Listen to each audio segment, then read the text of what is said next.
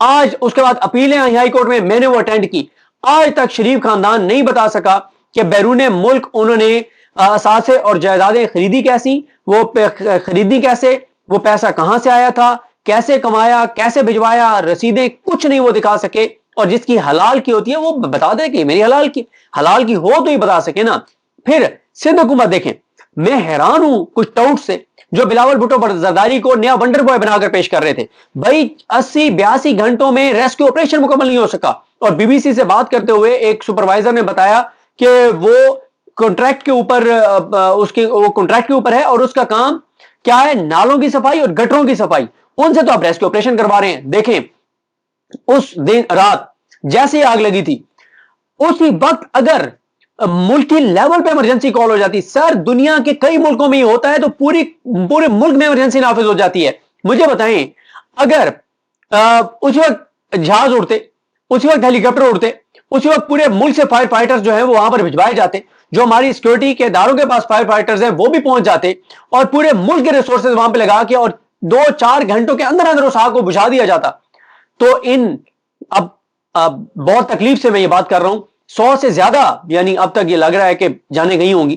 اللہ تعالیٰ کرم کرے جتنے لوگ بچ جائیں, لیکن چند لوگوں کی جانیں جاتی ہیں اور باقی سب کو بچا لیا جاتا. لیکن ترجیحات کیا ہیں؟ اس وقت شریف خاندان ایسے شادی کر رہے تھے جیسے دنیا کے امیر ترین لوگوں کی شادی ہے, دنیا کے امیر ترین لوگوں کی شادی ہے. آپ کے ملک کے اندر لوگوں کو 2 وقت کی روٹی میسر نہیں ہے. کروڑوں لوگ خطے غربت سے نیچے چلے گئے آپ کی عیاشوں کی وجہ سے, آپ ڈیلیور نہیں کر سکے. آج پاکستان جس نیٹ پہ آپ اس نیٹ پہ لائے ہیں اور آپ ویڈیو بنا کے, مطلب دیکھیں ہمارا دین آپ کسی بھی معاملے میں دیکھ لیں, الٹیمیٹلی جو بات دین کہتا ہے وہ بات درست ثابت ہوتی ہے. ہمارا دین کیا کہتا ہے؟ ہمارا دین تو اس حد تک کہتا ہے کہ آپ اگر پھل کھائیں تو ان کے چھلکے نہ باہر پھینکیں, کہ کہیں آپ کا پڑوسی اگر وہ افورڈ نہیں کر سکتا فروٹ, وہ چھلکے دیکھ کے وہ احساس کمتری کا شکار نہ ہو کہ یار میں اپنے بچوں کو یہ فروٹ نہیں کھلا سکتا.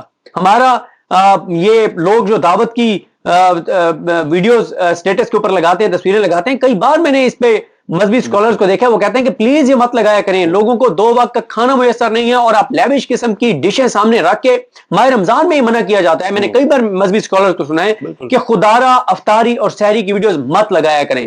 لوگوں کے بہت برے حالات ہیں, آپ کیوں لوگوں کو احساس کمتری کا شکار کرتے ہیں؟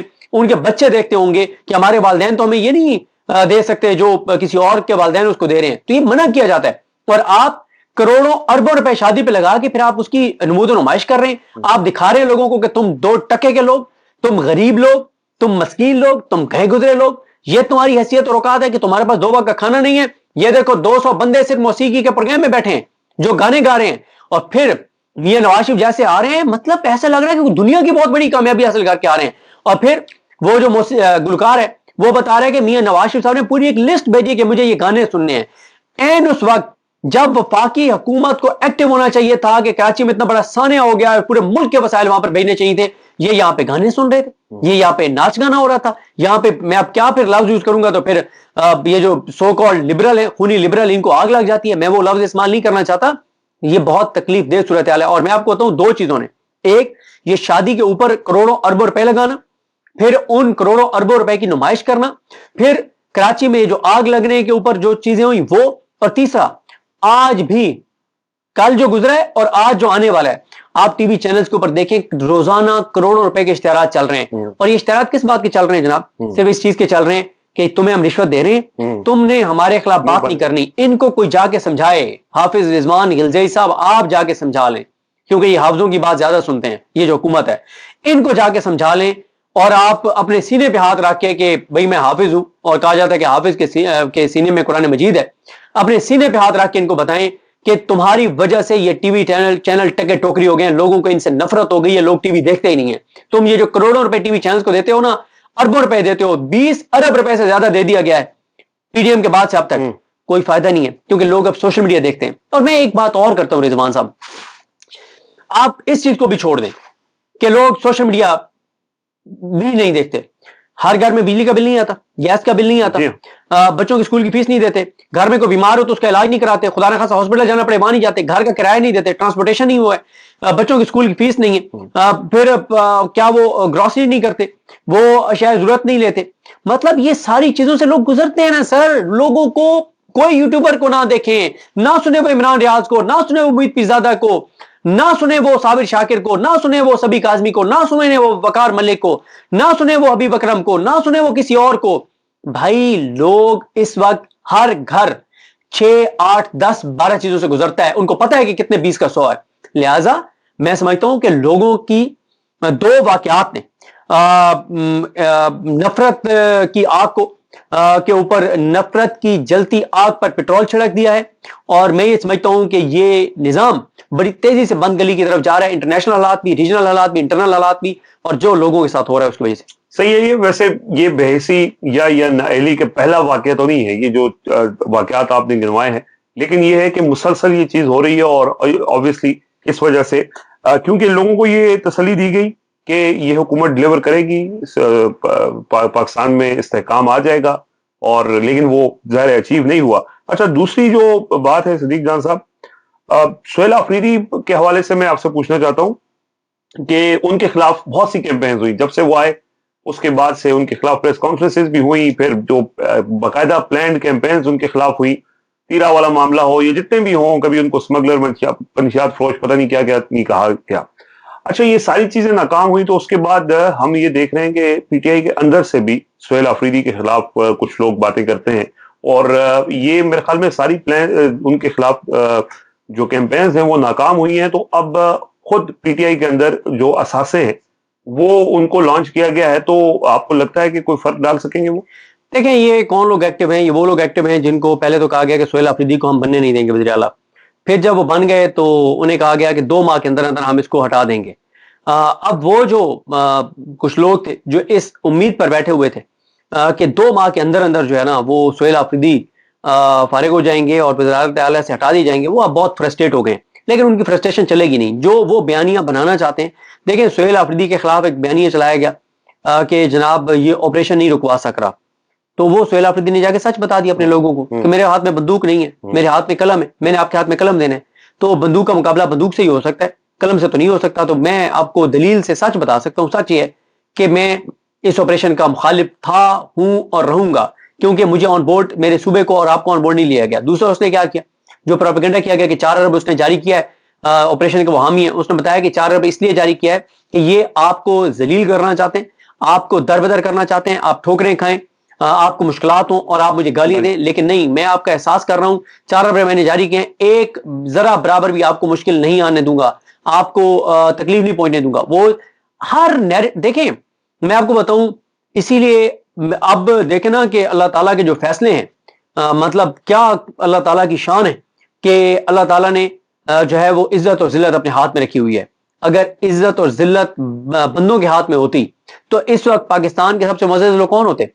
اس وقت عدلیہ کے اندر سب سے معزز حاجی امین الدین ہوتے جو وسیم ملک کے گرائی ہیں, اور اس کے بعد جسٹس یحییٰ خان جو ہے وہ دوسرے معزز پاکستان کے عدلیہ کے ہوتے. تیسرے سب سے معزز جو ہیں وہ پھر وسیم ملک کے گرائی جسٹس ڈوگر ہوتے, ملتان شریف والے. تو لیکن عزت اور ذلت اللہ نے اپنے ہاتھ میں رکھی ہوئی ہے, اور وہ ہے نا کہ اللہ جسے چاہے اسے ملتی ہے مظفر, عزت کو دکانوں سے خریدا نہیں جاتا. تو اللہ تعالیٰ سہیل آفریدی کو جس طرح سے عزتوں سے نواز رہا ہے, اور اس کی وجہ سہیل آفریدی کا اپنا کردار ہے, ان کی سنسیئرٹی ہے. میں اپنی ایک ویڈیو میں بتا چکا ہوں رضوان صاحب, آپ میں اور اسلام آباد میں کوئی 7 8 اور صحافی ہیں, ٹوٹل 10 صحافی اسلام آباد کیسے ہوں گے جن کی سہیل آفریدی صاحب کے ساتھ کم از کم 20 سے 25 ملاقاتیں ہوں گی. میں اپنی ویڈیو میں یہ پوری ایمانداری سے بتا چکا ہوں, اور میں نے اس میں کہا تھا کہ میں حلف نہیں دے رہا, لیکن میں اب آپ کی ویڈیو میں حلفن کہہ رہا ہوں کہ سہیل آفریدی کا روب یہ ہے کہ ہم اکیلے بھی اس کے ساتھ بند کمرے میں بیٹھے ہوں, اور ہمارا بہت ان کے ساتھ بھائیوں والا تعلق ہے. وہ اب نہیں بنا کہ وہ وزیر اعلیٰ بن گیا تو ہمارا ان کے ساتھ بھائیوں والا تعلق بن گیا, نہیں, جب وہ ایم پی اے تھے تب سے ہمارا ان کے ساتھ ایک بھائیوں والا تعلق ہے. اتنا بھائیوں والا دوستوں والا تعلق ہونے کے باوجود اس کا روب یہ ہے کہ آپ ہوں یا میں ہوں, ہم اسے بند کمرے میں اکیلے بھی بیٹھے ہوں تو چھوٹا سا بھی 2 نمبر کام, غیر قانونی کام ہم اس سے نہیں کہہ سکتے. یعنی اگر میں ان کے ساتھ اکیلا بیٹھا ہوں کمرے میں اور میں ان کو غیر قانونی کام کہہ دوں باوجود اس کے کہ کتنا بھائیوں والا تعلق ہے، وہ اسی لمحے مجھے کہیں گے کہ آپ کھڑے ہوں اور کمرے سے چلے جائیں. بس یہ ہے، اتنا وہ پاس میرا رکھیں گے کہ وہ شاؤٹ نہیں کریں گے، اور بڑے احترام سے خاموشی سے مجھے بس اتنا کہیں گے کہ پلیز آپ اٹھیں اور آپ کمرے سے چلے جائیں. بس یعنی یہ ہے ان کا روب کہ ان کے ساتھ ہم بند کمرے میں بیٹھ کے اکیلے بیٹھے ہوئے بھی معمولی سا بھی غیر قانونی اور 2 نمبر کام نہیں کہہ سکتے بھائی جان. تو پریشانی کچھ اور ہے. ذرا چیک کریں، انہوں نے کچھ ایسے اقدامات بھی کے پی میں کیے ہیں جو خبروں میں نہیں آئے. ذرا دیکھیں نا کون کون سے ٹھیکے منسوخ ہوئے ہیں اور کیا کیا چیزیں ہوئی ہیں. اور کچھ اور دیکھیں کس وزیر کو انہوں نے کہا کہ کال آئے تو ریکارڈ کر لینا. اس طرح کی بہت ساری چیزیں ہیں. اور پریشانی یہ نہیں ہے کہ سہیل آفریدی کچھ کر نہیں رہے، پریشانی یہ ہے کہ وہ گورننس کے اوپر اتنا کچھ کر رہے ہیں کہ کانپیں ٹانگ رہی ہیں کہ اگر یہ 6-8 مہینے اور اسی طرح سے یہ کر لیا انہوں نے تو چیزیں تو پھر ہاتھ سے مزید نکل جائیں گی. صحیح ہے. بہت شکریہ صدیق جان صاحب، آپ نے یہ بات کی. میں صرف ایک چھوٹی سی بات آخر میں یہ کرنا چاہتا ہوں. آپ نے سہیل آفریدی کا ذکر کیا. وہ اس وقت بہت آپ کو پتا ہے، اب تو ان کے مخالفین بھی یہ کہہ رہے ہیں، فہد حسین صاحب جیسے لوگ بھی، کہ وہ عمران خان کے بعد اگر کوئی پاپولر ہے تو وہ سہیل آفریدی ہیں. اور ان کی پاپولیرٹی آپ نے دیکھی بھی، خیبر سے کراچی تک ہر جگہ جس طرح لوگ ان سے محبت کر رہے تھے. تو جب یہ ایبٹ آباد والا واقعہ ہوا، اس کے بعد میری ان سے ملاقات ہوئی تو میں نے ان کو کہا کہ یہ ایبٹ آباد واقعہ پورا بتا دیں. ایبٹ آباد والی ریلی، ہاں جی، ایبٹ آباد واقعے سے تو وہ واقعہ ہی ثانیہ ہی تھا. موجودہ جو اس وقت ہائبرڈ نظام ہے ان کے لیے اتنے لوگوں کو دیکھنا ان کے لیے وہ ثانیہ ہی تھا.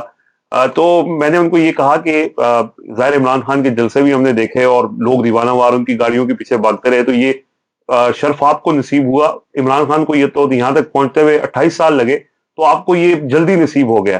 تو اس پہ انہوں نے یعنی ایک دفعہ میں نے یہ بات کی اور ایک دفعہ ایک اور ساتھی ہمارے وہ بھی وہاں موجود تھے، انہوں نے بھی یہ بات کی. یعنی ان کو کہا کہ آپ بہت پاپولر ہیں.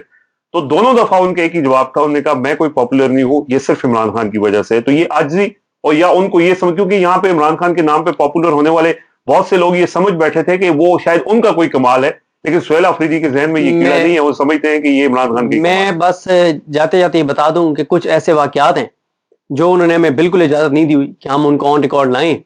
اور جب آپ وہ واقعات سنتے ہیں اور ہم نے تو دیکھے، تو پھر بندہ کہتا ہے کہ واقعی جو بندہ مخلص ہو، جس کے اندر اخلاص ہو، اپنے لوگوں کا درد ہو، تو وہ ہم ظاہر ویڈیو میں تو نہیں سنا سکتے. لیکن جن دوستوں سے بات ہوتی ہے تو میں اکثر وہ واقعات ان کو سناتا ہوں اسی شرط پہ کہ آپ نے اس کو پبلک نہیں کرنا، کہ کس طرح سے وہ ایک تھانے میں گئے اور کیسے ایک وہاں پہ سائل سے ملاقات ہوئی اور انہوں نے کیا بتایا. یہ بہت ساری چیزیں جو کبھی کتاب لکھی تو اس میں نہیں، کتاب نہیں، بہت پہلے آ جائیں گے. ہم اتنے لائق نہیں ہیں کہ کتاب لکھیں. بہت شکریہ آپ کا جی. اپنا ویسے بھی میری لکھائی جو ہے وہ مریم نواز صاحبہ سے ملتی جلتی ہے اردو کی. صدیق جان صاحب بہت شکریہ. اپنا فیڈ بیک ضرور دیجیے گا. اجازت دیجیے. اللہ حافظ.